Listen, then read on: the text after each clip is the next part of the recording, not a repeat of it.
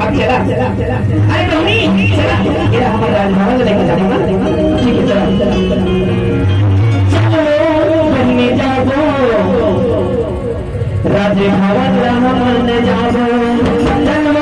बहनी जाओ राजभवन चलो बहनी जाओ राजभवन रामन जाओ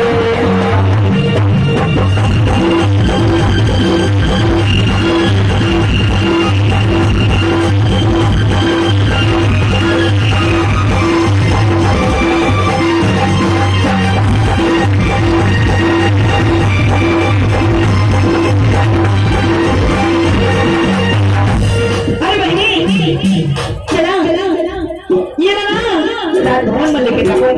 अगर गाँव में कैसे मुंह बांध लो अब कैसे राजभवन छम छम छम छम ठीक है बहनी चला बड़ी बिंदावन बिहारी लाल की हर भैया देखो राजकुमारी लीलावती जो है